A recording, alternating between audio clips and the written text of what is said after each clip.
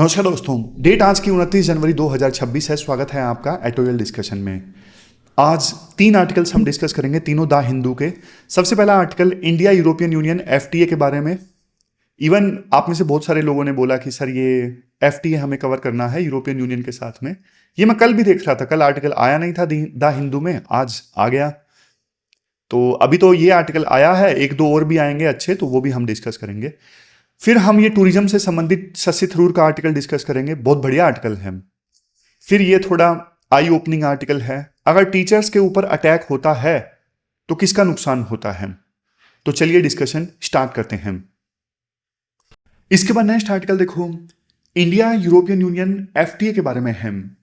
आप ना सिलेबस में जीएस पेपर सेकंड के इस टॉपिक से आर्टिकल को रिलेट कर सकते हो।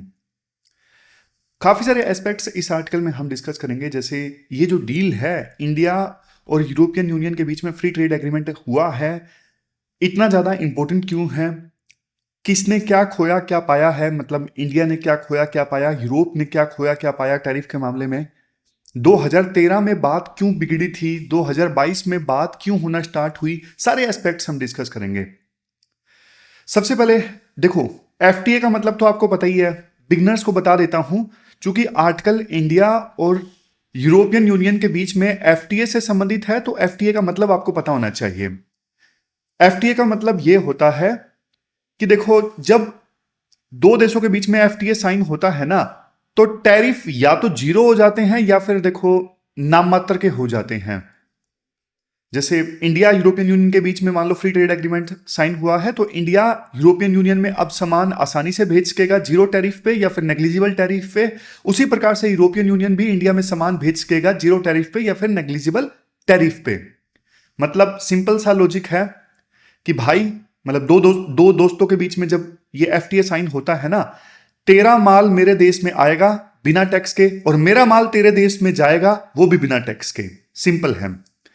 अब आर्टिकल ये बोलता है कि देखो, इंडिया ने ना पिछले 4 साल में ना 8 एफटीए साइन किए हैं, लेकिन इंडिया ने जिन देशों के साथ में एफटीए साइन किए वो छोटी इकोनॉमीज थी, उनकी दुकानें छोटी थी।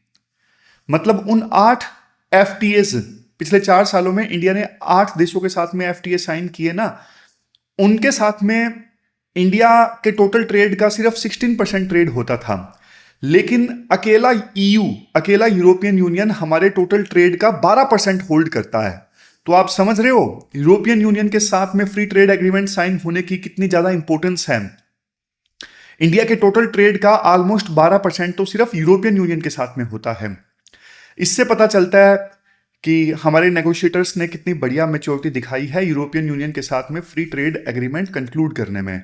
पहले देखो, हम डरते थे कि बड़ी इकोनॉमी के साथ में एफटीए साइन किया तो बड़ी इकोनॉमी हमें खा जाएगी, लेकिन अब हम कॉन्फिडेंट हैं, हम जल्दी जल्दी एफटीए साइन कर रहे हैं, हम नेगोशिएशंस में अपनी टर्म्स भी डिक्टेट कर रहे हैं। क्यों? क्योंकि अब हम कॉन्फिडेंट हैं, यूरोपियन यूनियन को अब हमारी जरूरत है और जाहिर तौर पे इंडिया को भी जरूरत है, तभी तो साइन हुआ है।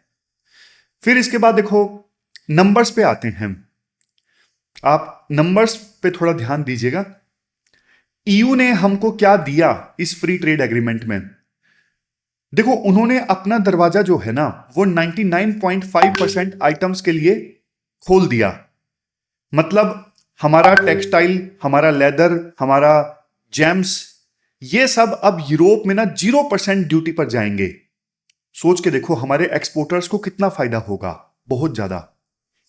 अब आप पूछोगे सर इंडिया ने भी तो बदले में कुछ दिया होगा ना। जाहिर तौर पे हमने देखो हमारे 97.5%, मतलब यूरोप के 97.5% आइटम्स के लिए ना हमने हमारी मार्केट खोल दी है। यूरोपियन यूनियन से 97.5% आइटम्स कम ड्यूटी पर इंडिया की मार्केट में एंटर करेंगे। मतलब दोनों साइड ने गिव एंड टेक किया है। लेकिन देखो, हमेशा सब कुछ यस नहीं होता, कुछ चीजें ऐसी भी होती हैं जिन पे सहमति नहीं बनती, तो वो है स्ट्रेटेजिक एक्सक्लूजन। मतलब उनको जानबूझ के एक्सक्लूड किया गया है इस फ्री ट्रेड एग्रीमेंट से। जैसे एग्रीकल्चर और डेयरी है, इंडिया ने ना साफ साफ मना कर दिया कि भाई इस डील से ना हम डेयरी सेक्टर को, यानी दूध, पनीर, इन सब चीजों को ना बाहर रखेंगे। क्यों बाहर रखेंगे? आप सोच के देखो, अगर यूरोप का सस्ता मिल्क पाउडर इंडिया में आ जाए तो हमारे जो किसान हैं बेचारे, या फिर अमूल जैसी कोऑपरेटिव सोसाइटीज हैं, वो तो बर्बाद हो जाएंगी ना। इसलिए इंडिया ने लक्ष्मण रेखा खींच दी कि भाई आपका डेयरी हम ना आपके डेयरी सेक्टर के लिए मार्केट ओपन नहीं करेंगे, आपके डेयरी प्रोडक्ट हमारी मार्केट में नहीं आने चाहिए। मतलब ले आओ, लेकिन उस पे हम टैरिफ वगैरह ज्यादा ही लगा के रखेंगे। तो एक प्रकार से नो है उनके लिए। समझ गए? तो देखो, नेगोशिएशन का मतलब सिर्फ हमेशा हां बोलना नहीं होता। नेगोशिएशन का मतलब होता है सही टाइम पे सही जगह पे नो भी बोलना। तो डेयरी सेक्टर के मामले में इंडिया ने नो बोल दिया। फिर राइटर बोलते हैं, देखो इंडिया और यूरोपियन यूनियन के बीच में ना नेगोशिएशंस तो बहुत पहले स्टार्ट हुई थी, लेकिन ना 2013 में क्या हुआ, 2013 में ना नेगोशिएशंस बंद हो गई। आप पूछोगे सर ऐसा क्या हुआ कि 2013 में ना नेगोशिएशंस हमारी फेल हो गई? उस समय देखो मेन विलेन था कार्स और वाइन्स। इनके कारण, कार्स के कारण और वाइन्स के कारण इंडिया और यूरोपियन यूनियन के बीच में उस समय फ्री ट्रेड एग्रीमेंट के लिए 2013 में नेगोशिएशंस फेल हो गई थी, क्योंकि यूरोप ये चाहता था कि उनकी मर्सिडीज कारें, ओडी, ये सब इंडिया में ना सस्ती बिकें। लेकिन इंडिया डरता था, अगर देखो सस्ती यूरोपियन कारें इंडिया में आई तो टाटा, मारुति, महिंद्रा, इन कंपनीज का क्या होगा?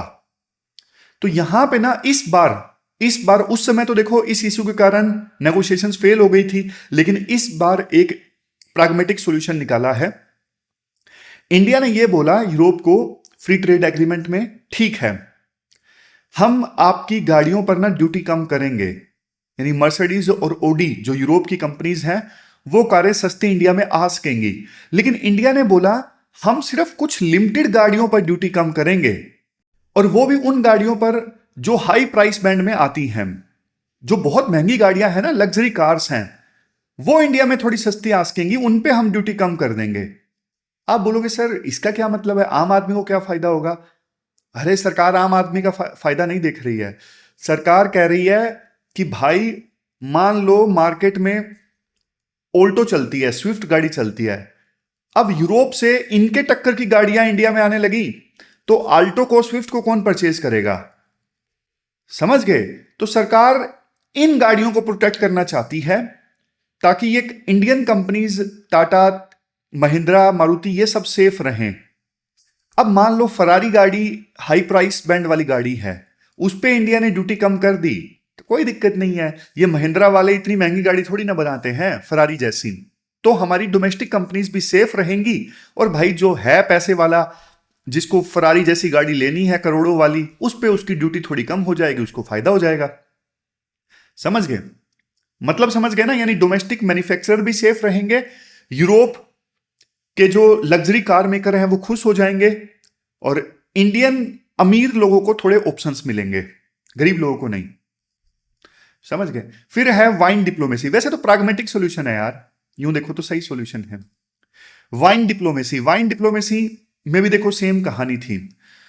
फ्रांस के जो वाइन मेकर है ना, वो देखो सालों से रो रहे थे कि हमें इंडिया में वाइन बेचना है, भाई इंडिया की मार्केट हमें चाहिए। लेकिन हमारे जो नासिक के किसान थे ना, जो अंगूर उगाते हैं, अब अंगूर से वाइन बनती है, तो वो नासिक के किसान डर रहे थे कि भाई फ्रांस की वाइन अगर इंडिया में बिकेगी तो हमारे तो अंगूर कोई नहीं परचेज करेगा ना इंडिया में। क्यों नहीं परचेज करेगा? क्योंकि इंडिया के जो वाइन मेकर्स हैं उनकी वाइन बिकेगी नहीं, क्योंकि फ्रांस की वाइन मार्केट खा जाएगी। तो फिर इंडिया के किसान अंगूर किस इंडियन वाइन वाली कंपनी को अपने अंगूर बेचेंगे? समझ गए? तो यहां पे भी ना कोटा सिस्टम लगाया गया, लिमिटेड अमाउंट में फॉरेन की जो वाइन है, यूरोप की जो वाइन है वो आएगी। इससे देखो फ्रांस वाले खुश, हमारी लोकल इंडस्ट्री भी सेफ रहेगी, क्योंकि हमने एक लिमिटेशन लगाई है कि इतने क्वांटिटी में वाइन आ सकेगी, इससे ज्यादा नहीं। और इसके अलावा देखो राइटर बोलते हैं ये जो इंडिया और यूरोपियन यूनियन के बीच में डील हुई है ना, डील सिर्फ ट्रेड तक सीमित नहीं है। 3 और भी पिलर्स हैं। कौन कौन से पिलर्स हैं ये देखो, जैसे एक है मोबिलिटी, हमारे जो वर्किंग प्रोफेशनल्स हैं वहां पे जा सकेंगे। दूसरा है डिफेंस, सुरक्षा समझौता भी हुआ है इंडिया और यूरोपियन यूनियन के बीच में, और टेक्नोलॉजी को लेके भी कोऑपरेशन होगा। तो ये 3 पिलर्स और भी हैं ट्रेड के साथ साथ। इसके बाद राइटर थोड़ा कंसर्न्स के बारे में बताते हैं, कंसर्न भी है। जैसे एक कंसर्न है CBAM।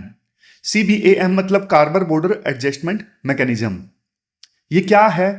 यूरोप देखो ये बोलता है, अगर तुम्हारा प्रोडक्ट, यूरोप बाकी देशों को बोलता है, अगर तुम्हारा प्रोडक्ट पोल्यूशन करके बना है ना, और फिर उसके बाद वो यूरोपियन यूनियन में आ रहा है, तो हम उस प्रोडक्ट के ऊपर ना टैक्स लगाएंगे, क्योंकि उसको मैन्युफैक्चर करते वक्त पोल्यूशन हुआ है। तो इंडिया ने कोशिश की कि इसमें इंडिया को छूट दी जाए, CBAM से इंडिया को छूट दी जाए, लेकिन हम फेल हो गए। यूरोपियन यूनियन ने ना हमें CBAM पे कंसेशन नहीं दिया, और यूरोपियन यूनियन ने बोला कि भाई ये तो सब पे लगेगा, हम आपको अकेले को छूट नहीं दे सकते, तो ये सब पे लगेगा। लेकिन देखो एक अच्छी बात ये रही, इंडिया ने ना एक स्मार्ट क्लास ऐड करवाया है। अगर मान लो यूरोपियन यूनियन किसी तीसरे देश को CBAM से छूट दे देता है ना, तो फिर वो छूट इंडिया को भी मिलेगी, ऑटोमेटिकली वो छूट फिर इंडिया को भी मिल जाएगी। ये स्मार्ट चीज है। मतलब यूरोपियन यूनियन ने बोला कि सर जी ये सब के लिए है, आपको देंगे तो सारे मांगने लगेंगे, तो इंडिया ने बोला कोई बात नहीं, लेकिन हाँ अगर आपने किसी तीसरे देश को छूट मिली तो ऑटोमेटिकली फिर हमें भी मिलेगी। ये इंडिया ने ऐड करवा दिया इस फ्री ट्रेड एग्रीमेंट में। फिर नेक्स्ट चैलेंज राइटर ये बताते हैं कि देखो सिर्फ डील साइन करने से ना फैक्ट्री नहीं लगती है। अगर हमें ना कंपनीज को इंडिया लाना है तो हमें ना इंटरनल रिफॉर्म्स करने होंगे, हमें लैंड लॉज में रिफॉर्म लाना होगा, लेबर लॉज इजी करने होंगे, तभी देखो यूरोप की कंपनीज इंडिया में आके मैन्युफैक्चर करेंगी। फिर राइटर बोलते हैं, एक और चैलेंज के बारे में बताते हैं, लैंग्वेज से संबंधित थोड़ा अजीब सा चैलेंज है। ये डील देखो अभी ना नेगोशिएटर्स ने फाइनल की है। अब देखो इस डॉक्यूमेंट को ना ट्रांसलेट करना पड़ेगा, कितनी भाषाओं में? 27 यूरोपियन लैंग्वेजेस में, फ्रेंच में, जर्मन में, स्पेनिश में, इटालियन में, सब में ये डॉक्यूमेंट ट्रांसलेट होगा। फिर देखो हर देश की पार्लियामेंट इसे पास करेगी। इसमें ना टाइम लगेगा, शायद देखो सालों लग जाएं। तो इंडिया को ना पुश करना पड़ेगा स्पीड के लिए, क्योंकि देखो वेस्ट में ना US से टैरिफ बढ़ाता जा रहा है। अगर यूरोप का दरवाजा जो है वो जल्दी नहीं खुला तो देखो US मार्केट से जो हमें लॉस होगा ना वो हम रिकवर नहीं कर पाएंगे, क्योंकि हमेशा हम सुनते आए हैं टाइम इज मनी। यहां लिटरल सेंस में टाइम जो है वो मनी है। हमें यूरोपियन कंट्रीज को पुश करना होगा कि भाई आप अपनी अपनी पार्लियामेंट में इसे जल्दी जल्दी पास करवाओ। तो कुल मिला के देखो कंक्लूजन इस आर्टिकल का यही है कि ये डील ना एक टेम्पलेट है कि बड़ी इकोनॉमीज के साथ में कैसे डील करना है, वो टेम्पलेट है ये डील। और हमने बढ़िया से नेगोशिएशन की है, हमने हमारे किसान बचाए हैं, हमने हमारी ऑटोमोबाइल वाली इंडस्ट्री भी बचाई है और मार्केट एक्सेस भी ले लिया है। तो ये डील ना एक प्रकार से इंडिया की डिप्लोमेसी की जीत है, आप यूं कह सकते हो। लेकिन असली जीत देखो तभी होगी जब इंप्लीमेंटेशन अच्छे से होगा इस डील का। बहुत बढ़िया।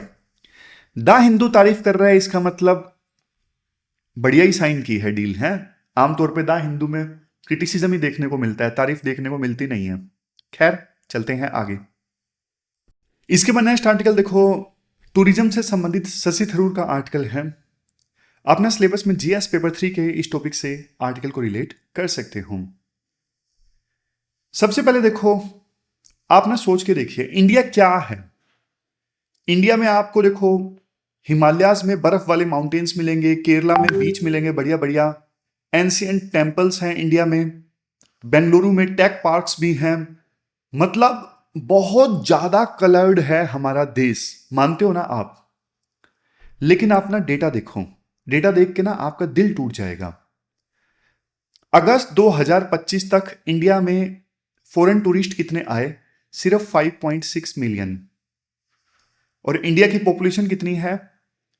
1.4 बिलियन। लेकिन बावजूद इसके इतने कम टूरिस्ट।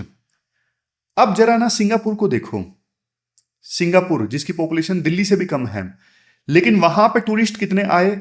11.6 मिलियन, यानी इंडिया से डबल से भी ज्यादा।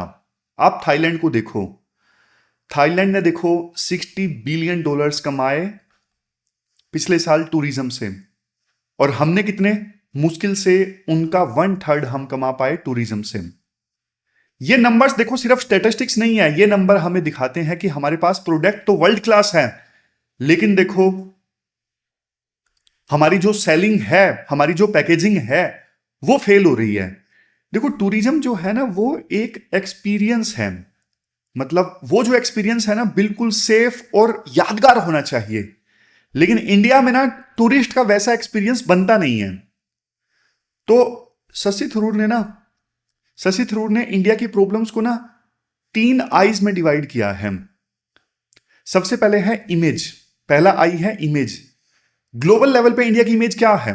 हम देखो इनक्रेडिबल इंडिया कैंपेन चलाते हैं, बढ़िया है, लेकिन फॉरेन न्यूज में क्या छपता है? फॉरेन न्यूज में इंडिया की सेफ्टी इश्यूज के बारे में सब छपता है, स्पेशली वुमेन के लिए। फॉरेन में हमारे बारे में स्कैम से संबंधित चीजें छपती हैं कि इंडियंस स्कैम कर रहे हैं। फॉरेन में इंडिया में गंदगी से संबंधित चीजें छपती हैं। फॉरेन में हमारी ब्यूरोक्रेसी के बारे में खबरें छपती हैं। जबकि देखो आप कंपेयर करो थाईलैंड, सिंगापुर, वो सिर्फ क्लीन नहीं है, वो कंसिस्टेंट है। उन्होंने अपनी इमेज ऐसे बनाई है कि वो सेफ हैं, वो एफिशिएंट हैं, और वहां पे फन आएगा अगर आप जाओगे तो। थाईलैंड सुनते ही सबके दिमाग में क्या आता है? फन आता क्या नहीं आता? बिल्कुल सही बात है। तो थाईलैंड ने अपनी इमेज ऐसे बना ली है। देखो इंडिया ना एक सिंगल नैरेटिव में फिट नहीं हो सकता, हम बहुत डाइवर्स हैं। तो सॉल्यूशन ये है, सेग्रीगेशन की जरूरत है। हम ना एक ही एड सबको नहीं दिखा सकते, हमें ना अलग अलग मार्केट्स टारगेट करने होंगे। जैसे वो लोग जो पीस चाहते हैं ना, उन्हें हमें ना स्पिरिचुअल इंडिया वाली छवि दिखानी होगी, स्पिरिचुअल इंडिया। वो लोग जो एडवेंचर चाहते हैं, थ्रिल सीकर्स, तो उन्हें ना हम एडवेंचर इंडिया वाला कैंपेन दिखाएं। और जो ज्यादा पैसा खर्च करने वाले लोग हैं उन्हें हम लग्जरी वाला इंडिया दिखाएं। तो हमें ना अलग अलग मार्केट कैप्चर करनी होगी, अलग अलग सेक्शंस के लिए जो मार्केट है। हमें इनक्रेडिबल इंडिया वाला कैंपेन सिर्फ इंडियंस के लिए बचा के रखना चाहिए, डोमेस्टिक टूरिस्ट के लिए। समझ गए?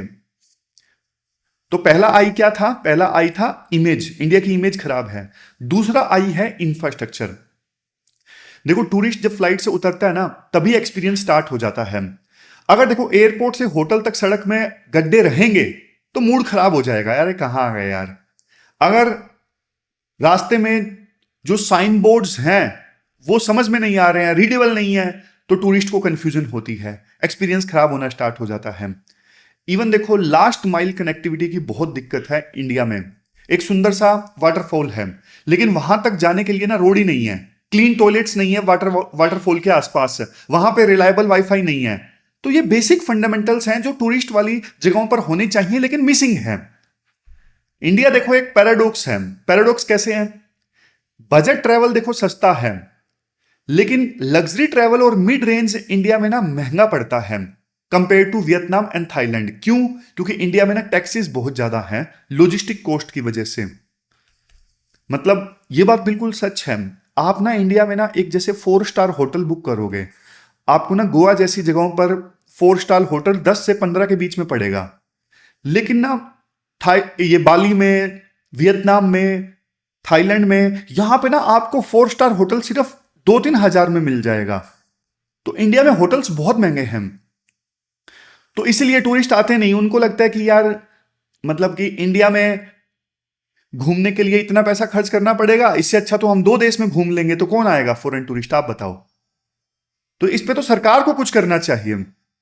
फिर इसके बाद थर्ड आई आता है इंडिया इटसेल्फ। इंडिया इटसेल्फ, ये पॉइंट देखो काफी इंटरेस्टिंग है। देखो इंडिया का स्केल ना किसी नए टूरिस्ट को डरा सकता है। इंडिया में इतनी भीड़ भाड़ होती है, शोर होता है, धक्का मुक्की होती है, और इससे ना ट्रस्ट डेफिसिट हो जाता है।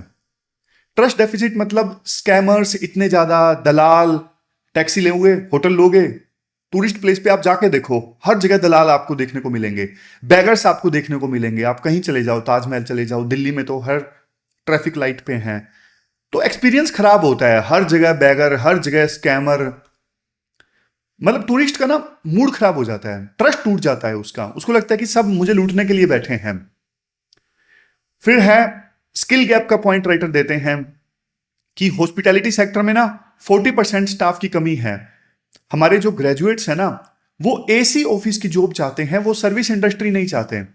हमें चाहिए ट्रेन गाइड्स और पोलाइट स्टाफ जो टूरिस्ट को बढ़िया एक्सपीरियंस दें। और फिर नेक्स्ट पॉइंट में राइटर बोलते हैं इमिग्रेशन में भी ना एटीट्यूड खराब रहता है। होम मिनिस्ट्री वालों को ना अपना एटीट्यूड बदलना पड़ेगा। कभी कभी फॉरेनर्स को ना एयरपोर्ट से वापस भेज दिया जाता है। क्यों? क्योंकि उन्होंने ना पास्ट में इंडिया को क्रिटिसाइज किया था। अब सोच के देखो, इंडिया यार एक कॉन्फिडेंट नेशन है। पिछली बार तो हमने डिस्कस किया था पिछले आर्टिकल में, यूरोपियन यूनियन के साथ में हमने कैसी नेगोशिएशन की। तो एक तरफ देखो, हम बोलते हैं कि हम सुपर पावर बनने वाले हैं, हम कॉन्फिडेंट हैं, हम बोलते हैं अतिथि देवो भव। तो इमिग्रेशन ऑफिसर को भी ना वैसे ही बिहेव करना चाहिए, बिल्कुल फ्रेंडली, बिल्कुल वेलकमिंग। समझ रहे हो? इसके बाद राइटर ना सॉल्यूशन की बात करते हैं। प्रॉब्लम तो 3I वाली हमने डिस्कस कर ली, अब सॉल्यूशंस की बात करते हैं। 5 मेजर सॉल्यूशन शशि थरूर बताते हैं। सबसे पहला सॉल्यूशन है रीब्रांड एंड रीलॉन्च। मतलब कि पुराने जो जेनरिक एड्स है ना इंडिया की, इनक्रेडिबल इंडिया, वो बंद करो। अभी अपने को बनाना होगा टारगेटेड नरेटिव। मतलब स्पेसिफिक जो सर्किट्स हैं वो प्रमोट करो। जैसे golden triangle circuit. Golden triangle circuit कौन सा हो गया? दिल्ली, आगरा, जयपुर वाला। इन तीनों में कोई घूमने आए तो एक साथ घूमे। बुद्धिस्ट सर्किट, बुद्धिस्ट जो फॉलोअर्स हैं वो इंडिया में घूमने आए इन इन जगहों पे। रामायण सर्किट। ऐसे हमें ना स्पेसिफिक जो सर्किट को प्रमोट करने के लिए एड चलानी पड़ेगी। फिर नेक्स्ट है, वैसे देखो एक बहुत बात बोलूं, आजकल ना लोग ब्रोशर नहीं पढ़ते हैं, इंस्टाग्राम रील्स देखते हैं। तो आप ना इन्फ्लुएंसर्स का यूज करो, ऑथेंटिक कंटेंट दिखाओ। समझ गए? बढ़िया बात है यार। थरूर आर्टिकल तो अच्छे अच्छे लिखते हैं, है ना। नेक्स्ट है, इंफ्रास्ट्रक्चर को बढ़िया से बिल्ड करो यार। पीपीपी मॉडल से बिल्ड कर दो आप, पब्लिक प्राइवेट पार्टनरशिप। सरकार सब कुछ अकेले नहीं बदल सकती, तो पब्लिक प्राइवेट पार्टनरशिप यूज करो। एक स्कीम भी है, एडोप्ट ए हेरिटेज स्कीम। ये बढ़िया स्कीम आई थी सरकार की। जैसे इसमें कंपनीज को ना ठेका दिया जाता था कि आप लाल किला संभालो, आप ये संभालो, मोनूमेंट्स और जो बढ़िया बढ़िया चीजें हैं ना, तो कंपनीज को ठेका दिया जाता है कि आप संभालो। समझ गए? मतलब कंपनीज को बोला जाता है इस स्कीम में कि आप मोनूमेंट्स को एडोप्ट करो और इसे अच्छे से मेंटेन करो। इसका फायदा ये होता है कि ना हर डेस्टिनेशन पे ना क्लीन रेस्ट रूम्स मिलते हैं, क्योंकि प्राइवेट कंपनीज तो थोड़ा अच्छे से मैनेज करती है ना। और म्यूजियम्स को भी थोड़ा और बढ़िया बना दिया जाता है प्राइवेट कंपनीज के द्वारा, ताकि ज्यादा लोग आए। फिर सेफ्टी से संबंधित बात बोली जाती है, safety and training. Tourist police होनी चाहिए, ज्यादा से ज्यादा टूरिस्ट पुलिस में ना वुमेन ऑफिसर्स होने चाहिए, ताकि ना फीमेल ट्रैवलर जो है वो सेफ महसूस करें। और मल्टीलिंगुअल सपोर्ट प्रोवाइड करना जरूरी है टूरिस्ट को। वो मल्टीलिंगुअल सपोर्ट आप गाइड के थ्रू प्रोवाइड कर सकते हो, वो पुलिस के थ्रू प्रोवाइड कर सकते हो, किसके थ्रू भी प्रोवाइड कर सकते हो। फिर नेक्स्ट क्या है? नेक्स्ट है वीजा रिफॉर्म्स।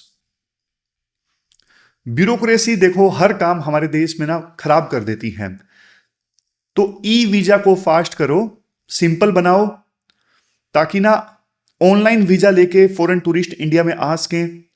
और ना जो बार बार फ्रीक्वेंट ट्रेवलर्स है ना, उनको आप लॉन्ग टर्म वीजा दो। जो बार बार घूमने आते हैं उनको आप लॉन्ग टर्म वीजा दे दो, 3 महीने का, 4 महीने का। समझ गए? आप रेसिप्रोसिटी रूल मत लगाओ, टिट फॉर टैट। वो देश हमें नहीं आने देता तो हम भी उनको नहीं आने देंगे, नहीं। अगर कोई कंट्री सेफ है तो उनके सिटीजन्स को आने दो, भले ही वो हमें वीजा ना दे रहा है। इकोनॉमिक फायदा देखो भाई, ईगो पे मत लगाओ चीजों को। फिर 5वां राइटर बोलते हैं सस्टेनेबिलिटी। सस्टेनेबिलिटी मतलब टिकाऊ टूरिज्म।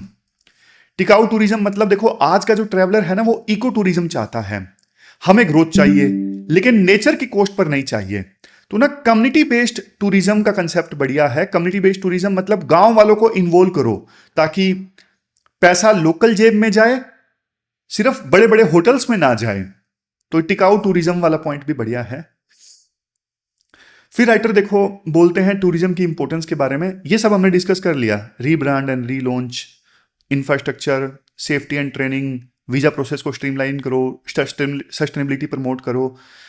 राइटर देखो अब ये बोलते हैं कि टूरिज्म देखो सिर्फ वैकेशन नहीं है, टूरिज्म इकोनॉमी का बैकबोन है। अगर आप मैन्युफैक्चरिंग में 1 करोड़ लगाते हो ना, और टूरिज्म में भी 1 करोड़ लगाते हो, तो टूरिज्म में आपको कई गुना ज्यादा फायदा होगा, टूरिज्म में कई गुना ज्यादा जॉब्स क्रिएट होंगी।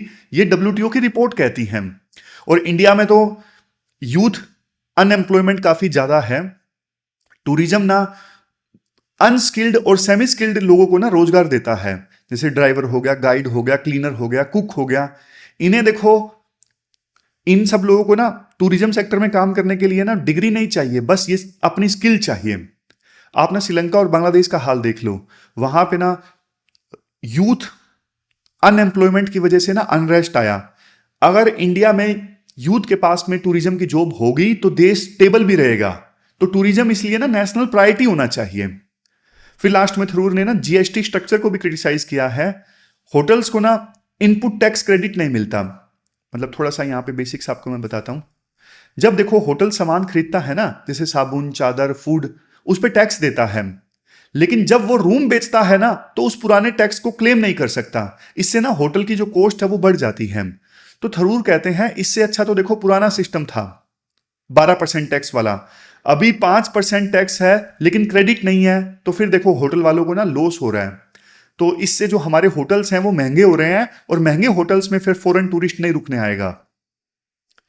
तो कंक्लूजन देखो इस पूरे आर्टिकल का यही है, इंडिया के पास सब कुछ है। इजिप्ट जैसा इतिहास है हमारे पास में, यूरोप जैसी ब्यूटी है, न्यूजीलैंड जैसी ब्यूटी है।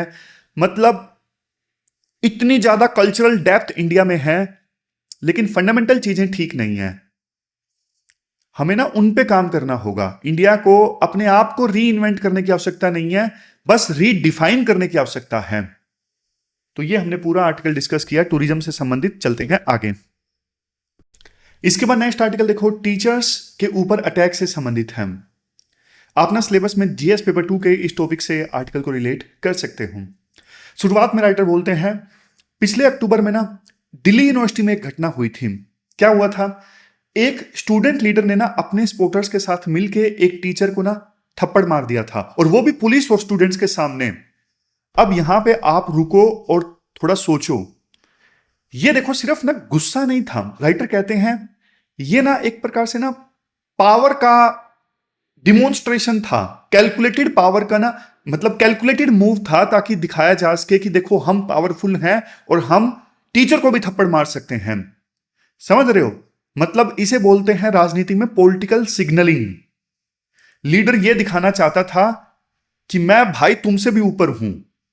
लेकिन देखो दुखद बात यह है ना, आजकल ना ये सस्ती पब्लिसिटी का ना तरीका बन गया है। मतलब देखो ये चीजें ना आजकल बहुत ज्यादा होने लगी हैं। अब ना थोड़ा सा आप ना एक टीचर के नजरिए से सोचो, टीचर के पर्सपेक्टिव से सोचो। देखो कोई टीचर, टीचिंग जो है ना वो एक कोई मशीन नहीं है, जब चाहे स्विच ऑन कर दो, जब चाहे स्विच ऑफ कर दो। मतलब टीचिंग ना एक बहुत गहरा ह्यूमन एक्सचेंज होता है। टीचिंग में ना आपको क्यूरियोसिटी चाहिए, टीचिंग में आपको ट्रस्ट चाहिए। लेकिन आजकल हो क्या रहा है, टीचर को डर लगता है कि मैं क्लास में आऊं मुझे कोई थप्पड़ ना मार दे। तो ऐसी सिचुएशन में ना कोई कैसे अच्छे से पढ़ाएगा, क्योंकि देखो टीचर तभी बढ़िया से पढ़ा सकता है जब उसके अंदर ना इंथुजियाज्म है, पैशन है, तभी वो बढ़िया से डिलीवर करेगा। लेकिन अदरवाइज तो देखो उसे डर लगेगा क्लास में, मान लो उसका एक्सपीरियंस खराब है मान लो टीचर का, तो वो क्लास लेगा, सैलरी लेगा, लेकिन पैशन खत्म हो जाएगा। तो टीचिंग उसके लिए सिर्फ एक मैकेनिकल एक्सरसाइज बन के रह जाएगी कि हाँ सैलरी मिल रही है तो करना है।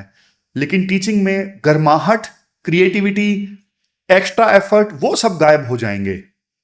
तो इसे राइटर बोलते हैं चिलिंग इफेक्ट। मतलब जब डर की वजह से फ्री स्पीच और जो क्रिएटिविटी है वो फ्रीज हो जाती है। अब राइटर बोलते हैं देखो 2000 वाला जो साल था ना, उसके बाद ना डीयू ने एक इंटरनल असेसमेंट वाला ना सिस्टम स्टार्ट किया। मतलब 30% जो मार्क्स होंगे वो टीचर असेस करके स्टूडेंट्स को देगा। अब बढ़ा के ये 43% है। आइडिया ये था कि सिर्फ एग्जाम में बच्चे को इवेल्युएट ना किया जाए, पूरे साल उसका असेसमेंट चलते रहना चाहिए, कंटिन्यूअस इवेल्युएशन होना चाहिए, सिर्फ एग्जाम पे मत छोड़ो। लेकिन देखो इससे दिक्कत स्टार्ट हो गई। इंटरनल असेसमेंट में ना दिक्कत स्टार्ट हो गई। दिक्कत क्यों स्टार्ट हो गई? क्योंकि भाई जैसे मान लो आपके पेपर हैं, पेपर कौन चेक कर रहा है आपको नहीं पता, लेकिन यार इंटरनली आपको कैसे असेस किया जा रहा है, इंटरनल असेसमेंट में कितने मार्क्स दिए हैं टीचर ने, वो तो आपको पता है ना, कौन सा टीचर दे रहा है। तो अगर मान लो टीचर ने आपको इंटरनल असेसमेंट में कम मार्क्स दिए, तो ऐसे टीचर्स पे ना अटैक होने स्टार्ट हो गए। जब टीचर्स पे अटैक बढ़ने लगे तो टीचर्स ने ना सेफ गेम खेलना स्टार्ट कर दिया। कन्फ्रंटेशन से बचने के लिए ना उन्होंने मार्क्स बांटने स्टार्ट कर दिए। एवरेज स्टूडेंट को भी हाई ग्रेड मिलने स्टार्ट हो गए। क्यों? क्योंकि टीचर सोचता है यार मेरा क्या लेना देना भाई, मेरे ऊपर अटैक हो जाएगा, मुझे नहीं पता कौन सा स्टूडेंट कैसे निकलेगा, वो तो हमला कर देगा मेरे ऊपर कि मैंने उसको इंटरनल असेसमेंट में कम मार्क्स दे दिए। तो इसे बोलते हैं राइटर ग्रेड इन्फ्लेशन। मतलब जब सबके पास ए ग्रेड होगा तो देखो इवन एम्प्लॉयर्स को भी ना डिग्री पे भरोसा नहीं रहेगा, और ये होगा कि हाँ यार वो यूनिवर्सिटी तो ऐसे ही डिग्री बांटती है। समझ गए? तो ये इंटरनल असेसमेंट वाला पॉइंट है। और राइटर बोलते हैं देखो क्लासरूम में ना टीचर ना एक गार्डियन होता है। जब स्टूडेंट को कोई प्रॉब्लम होती है ना तो वो टीचर के पास में जाता है, टीचर इंटरवीन करता है, टीचर प्रोटेक्ट करता है बच्चे को। लेकिन अगर मान लो टीचर खुद अनसेफ फील करेगा तो वो फिर क्या करेगा? बच्चा बच्चा पुलिस के पास में जाएगा, या फिर वो देखो टीचर पर्सनल लेवल पे इन्वॉल्व होना बंद कर देगा। मतलब स्टूडेंट और टीचर का रिश्ता ना बहुत ज्यादा फॉर्मल हो जाएगा, बहुत ज्यादा कोल्ड हो जाएगा। समझ गए? देखो जब ना एक यंग स्टूडेंट ये देखता है ना कि सिस्टम अनजस्ट है, सिर्फ पावर से चलता है, तो ना वही चीजें वो स्टूडेंट सीख जाता है। फिर सेम चीज आने वाली जनरेशन्स में ट्रांसफर हो जाती है कि वहां पे भी पावर का मिसयूज करो, वो सब चीजें चलने लगती हैं। राइटर बोलते हैं देखो हिस्ट्री ना हमें, ये स्टूडेंट सेफ्टी वाला पॉइंट हमने डिस्कस कर लिया, हाँ ये वाला पॉइंट है चौथा। राइटर बोलते हैं देखो हिस्ट्री ना हमें बहुत सबक सिखाती है। राइटर एग्जाम्पल भी देते हैं, देखो वेस्ट बंगाल, बिहार, ईस्टर्न उत्तर प्रदेश, केरला, सब में ऐसे एग्जाम्पल्स आए हैं जहां पे टीचर्स के ऊपर अटैक हुए। एक जमाने में ना ये सारे जो शहर जिनके मैंने नाम लिए ना, वेस्ट बंगाल, बिहार, ईस्टर्न यूपी, केरला, एक जमाने में ना ये बढ़िया सेंटर्स ऑफ लर्निंग हुआ करते थे। आप याद करो नालंदा यूनिवर्सिटी, विक्रमशिला यूनिवर्सिटी, कहां पे? बिहार में। लेकिन जब देखो वहां के कैंपसेस में ना पोलिटिसाइजेशन स्टार्ट हो गया, वो भी वायलेंट पोलिटिसाइजेशन, तो फिर इसका नतीजा क्या निकला? वेस्ट बंगाल, बिहार, ईस्टर्न यूपी, फिर इन स्टेट से ना अच्छे टीचर निकल गए, स्टूडेंट्स भी माइग्रेट हो गए दिल्ली, बेंगलोर, पुणे जैसी जगहों पर। आज देखो इन्हीं राज्यों के स्टूडेंट्स ना लाखों रुपए खर्चा करके दूसरे राज्य में जाते हैं पढ़ने के लिए। नुकसान किनका हुआ? इन्हीं राज्यों का हुआ। कई एक्सपर्ट्स ना टीचर्स की गलती निकाल देते हैं कि टीचर्स की क्वालिटी गिर गई है इसलिए उन्हें रिस्पेक्ट नहीं मिलती। तो राइटर ना इसका बहुत लॉजिकल काउंटर देते हैं। आप ना इंडिया के बाकी संस्थानों को देखो, ब्यूरोक्रेसी को देखो, पुलिस को देखो, जुडिशरी को देखो, मीडिया को देखो, हर जगह करप्शन भरा हुआ है। लोग पैसे मांगते हैं वो काम करने के लिए जो उनकी ड्यूटी है। लेकिन देखो पब्लिक एजुकेशनल इंस्टीट्यूशंस ने ना अभी भी अपना जो मोरल ग्राउंड है वो पकड़ के रखा है। दिल्ली यूनिवर्सिटी में ना एडमिशन लेना हो या फिर इंटरनल मार्क्स की बात हो, पैसे देने से काम नहीं चलता। समझ रहे हो? पैसे देने से काम नहीं चलता। यहां पे अभी भी मेरिट है। टीचर्स के पास पावर है कि वो स्टूडेंट्स का करियर बना सकते हैं, करियर बिगाड़ सकते हैं, लेकिन फिर भी देखो उनकी ना इंटीग्रिटी मेंटेन्ड है अगर आप टीचर्स को कंपेयर करोगे बाकी संस्थानों से। इसलिए देखो आप ये नहीं बोल सकते कि टीचर्स पे जो अटैक हो रहा है वो करप्शन की वजह से हो रहा है। ये अटैक हो रहा है कैंपसेस के पॉलिटिसाइजेशन की वजह से। ये अटैक हो रहा है सोसाइटी में गिरती वैल्यूज की वजह से। अब सबसे बड़ा पॉइंट आता है नुकसान किसका है टीचर्स के ऊपर जो अटैक होता है? क्या टीचर्स का नुकसान है? नो। टीचर्स तो यार अडेप्ट कर लेते हैं, नुकसान बच्चों का ही होगा। टीचर्स ने अडेप्ट कर लिया, क्लास मैकेनिकल हो गई, पैशन के साथ नहीं पढ़ाएंगे, जो सैलरी मिल रही है बस मिल रही है, एक्स्ट्रा एफर्ट्स नहीं लगाएंगे। लेकिन स्टूडेंट्स और जो पेरेंट्स हैं ना उनका नुकसान होगा। घटिया क्वालिटी की एजुकेशन उन्हें मिलेगी, उन्हें सेफ कैंपसेस नहीं मिलेंगे, उन्हें माइग्रेशन के लिए लाखों खर्च करने पड़ेंगे, दूसरे राज्यों में जाके पढ़ना पड़ेगा। और अगर देखो डिग्रीज की वैल्यू गिरी तो उन्हें फिर जॉब भी नहीं मिलेगी। इवन नुकसान देखो उन स्टूडेंट्स का भी होता है जो उस यूनिवर्सिटी से पास आउट होते हैं। अगर देखो आज आपका कॉलेज बदनाम होता है तो आपकी डिग्री की वैल्यू भी मार्केट में कम हो जाती है, मानते हो ना? तो सोसाइटी देखो प्रेजेंट रेपुटेशन देखती है, पास्ट ग्लोरी नहीं देखती कि हाँ भाई बिहार में नालंदा यूनिवर्सिटी थी, ना कोई नहीं देखता। तो ये हमने पूरा आर्टिकल डिस्कस किया। टीचर्स पे जब अटैक होता है तो किसका नुकसान होता है, ये भी अच्छा आर्टिकल था। तो लास्ट में क्वेश्चन देख लेते हैं। ये क्वेश्चन आपको अटेम्प्ट करना है 250 वर्ड्स में, टूरिज्म से संबंधित, और 15 मार्क्स का ये क्वेश्चन है। तो ये थी हमारी आज की डिस्कशन। कल मिलते हैं फिर से एक नई डिस्कशन के साथ। तब तक आप अपना ध्यान रखिए, अच्छे से पढ़िए। Thank you very much for discussion.